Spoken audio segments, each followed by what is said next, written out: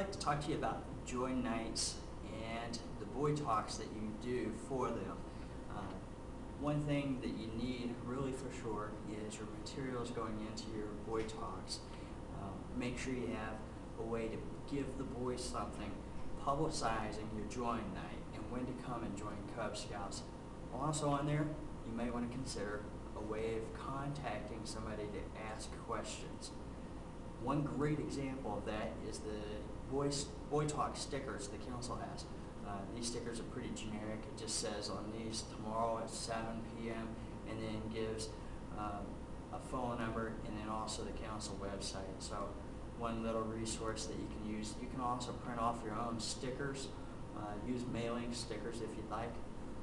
Great resource to be able to put something on the boys and they take it home and it's stuck to their shirt. So one other thing that you can use also is an invitation. This is just a flyer to any adult, but to a boy, when you hand it to him, if you tell him it's a Cub Scout invitation, this can mean something to them. As a Cub Scout invitation, you take your sheet of paper, you fold it up, fold it 3 times, get it nice and small like this, fits right in the back pocket of any kid.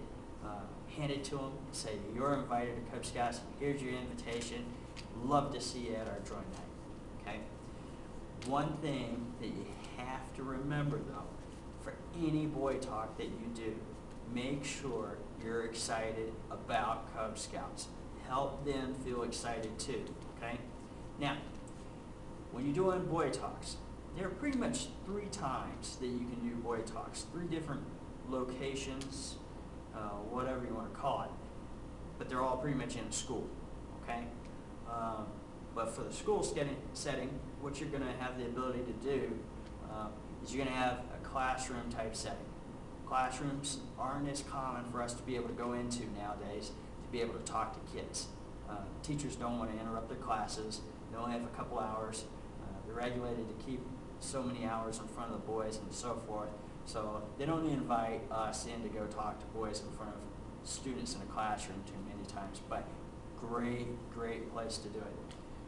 The next place that you could possibly do it is in a school cafeteria at lunchtime, talking to all the boys as they come in to get lunch, whether they're sitting down with a sack lunch or standing in line, or you stand up and talk to the entire group, okay? Last possible location that you've seen you could talk to all the boys is maybe there's a school assembly.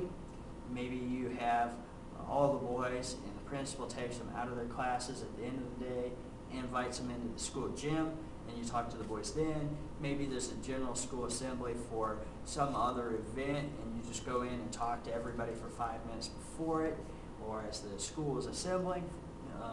It's different little things like that you could do. Now, talking to the boys though, let's talk about that, okay? What do you say to a boy? You know, you walk up to a boy and he's standing there and you say, "You want to join the Cub Scouts?" No, don't do that. Walk up to a boy, "Hey, what if I told you you could do archery? That's bows and arrows. What do you think? You think that'd be pretty cool? You want to do that?" You know, tell them also, "Hey, what do you think about possibly doing something else like going camping or hiking? Or what do you think it would, you know, how would you like to go look for some dinosaur bones? Or how would you like to go and maybe make your own race car and show them a Pinewood Derby car?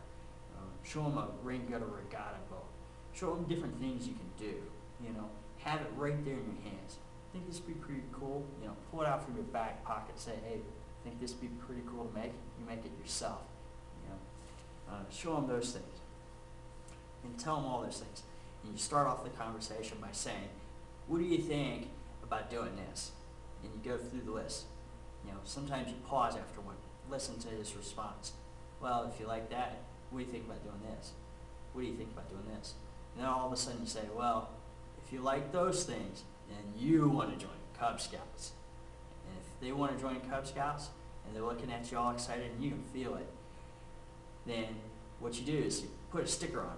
Say, "If you really want to join Cub Scouts, I'll give you this sticker. You'll put it on your shirt, take it home, show it to your mom and dad when you get home and tell them, 'Mom, Dad, I want to join Cub Scouts.'" tell them to go home and tell their parents. So another thing, don't forget the possible invitation method too. If you put a sticker on them, and then you also hand them an invitation, then you have two different methods that you've just handed any kid to go home and to forget one, maybe two, probably won't forget both. He'll probably remember to give one of the two things you gave to him. Your odds are a lot better, and that's all that matters, the odds. Trying to get the message home to any parent, okay? Now, one thing you may want to also consider too is if you're talking to a boy and you just sat there, put a sticker on him, and you give him an invitation, you say, well, when am I going to join? Well, make sure you tell him when he's going to join, okay? So, you just handed that to him, tell him, glad you're excited about coming to join. We'll see you this Thursday at 7 o'clock right here in the school cafeteria, okay? Tell them those things. Do the exact same message, though, for general school assembly or to the entire cafeteria when everyone's come in, everybody sat down, turn on and off the lights, get their attention, okay? But one thing you do different, you're talking to the entire room. You're sitting there getting ready to tell them something, and you look out to them and say, how many of you boys would love to go camping? And as you finish asking the question, you raise your hand. And as you raise your hand, everyone else in the room, every kid's going to think, oh, I'm supposed to raise my hand to answer.